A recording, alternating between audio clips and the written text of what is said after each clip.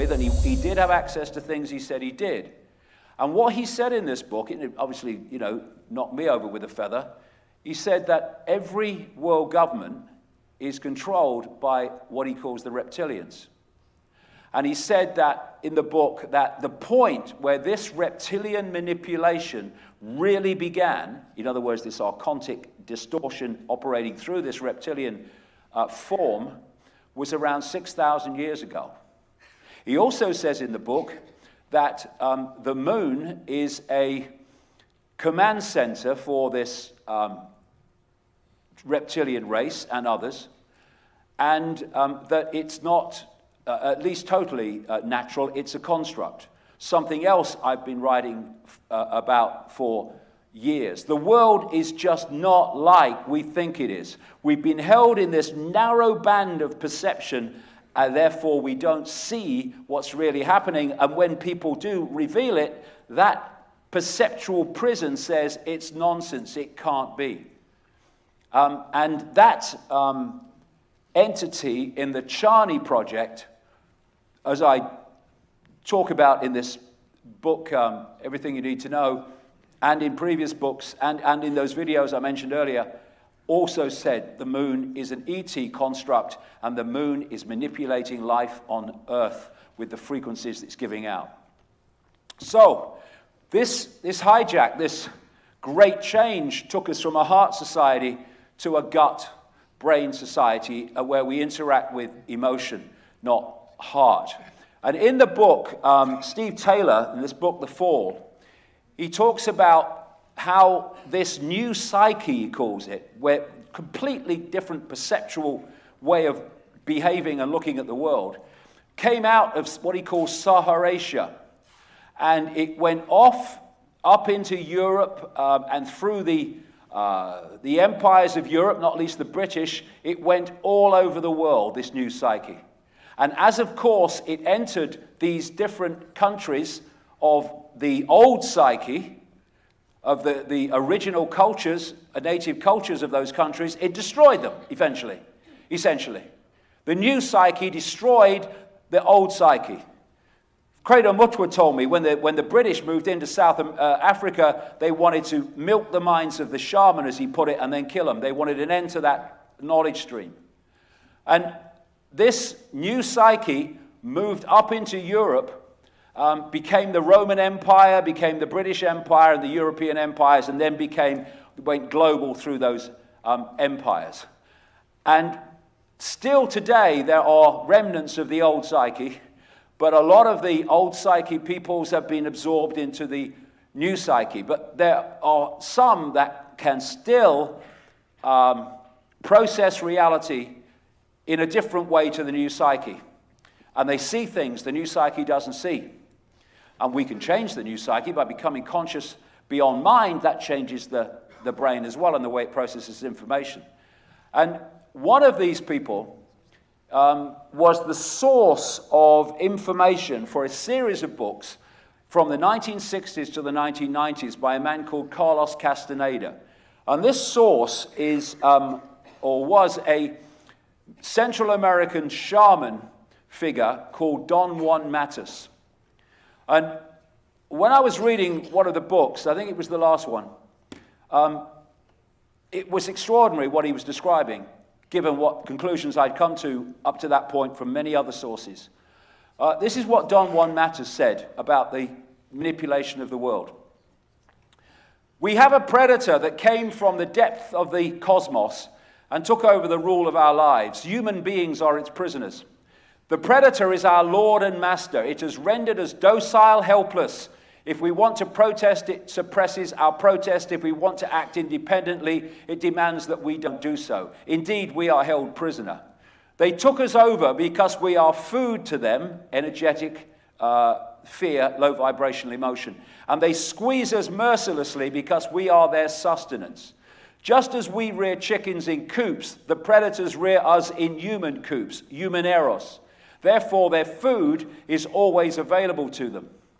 Think for a moment and tell me how you would explain the contradictions between the intelligence of man the engineer and the stupidity of his systems of belief, or the stupidity of his contradictory behavior. I'll explain that before this section's out. Sorcerers believe that the predators have given us our systems of beliefs, yes, our ideas of good and evil, our social mores. They are the ones who set up our dreams of success or failure. They have given us covetousness, greed, cowardice, the counterfeit spirit. It is the predator who makes us complacent, routinary, and egomaniacal. In order to keep us obedient and meek and weak, the predators engage themselves in a stupendous maneuver. Stupendous, of course, from the point of view of a fighting strategist, a horrendous maneuver from the point of those who suffer it. They gave us their mind. The predator's mind is baroque, contradictory, morose, filled with the fear of being discovered any minute now. They gave us their minds. That is what the Gnostics called the counterfeit spirit. He goes on, sorcerers of ancient Mexico reasoned that man must have been a complete being at one point, with stupendous insights, feats of awareness that are mythological legends nowadays. And then everything seems to disappear. And we now have a sedated man. What I'm saying is that what we have against us is not a simple predator. It is very smart and organized. It follows a methodical system to render us useless. Man, the magical being that he is destined to be when we expand awareness out of 5 senses again, is no longer magical. He's an average piece of meat. There are no more dreams for man, but the dreams of an animal who is being raised to be a piece of meat, trite, conventional, imbecilic. And that is where they have led the human race. And that contradiction that I'm going to explain when we get just a little further in. So how do we get there? We create our own bloodline network to operate within the target frequency reality, the simulation, in the level of the human scene. Because this non-human force doesn't want to put itself on public display, it is operating through a series of hybrid bloodlines which are doing its bidding within the world of the human scene, which to humans look human, but actually are not quite. This elite network of bloodlines is the full-blown counterfeit spirit.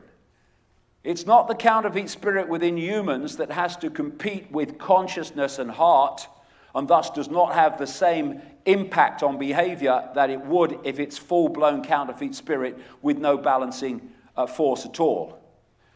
They are the bloodlines that run the world.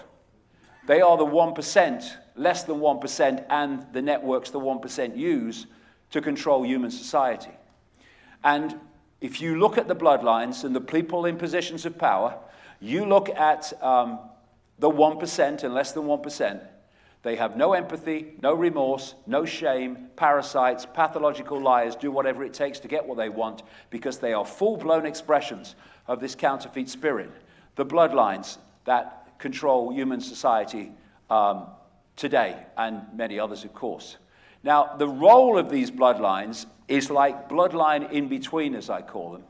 Imagine that you have something that you can't work with directly, because these entities that are this counterfeit spirit in form, they don't want to put themselves on public display. The counterfeit spirit itself cannot directly manipulate this reality because it's not of the same frequency band and can't interact with it. So it's got in-betweeners that represent it, and they can be vehicles for this distortion within human society while looking human. So you have something in a laboratory, say, and you can't work with it directly because they can't work with this reality directly. And so what you do is you stand outside and you put the gloves on and you work inside the sealed tank, and that way you can manipulate inside the tank without actually being in it. And if you take this dynamic, if you take the scientist outside the tank to be this archontic reptilian force, you take the gloves to be these bloodlines manipulating human society, and you take the tank to be our reality, this matrix, then that's the dynamic we're looking at.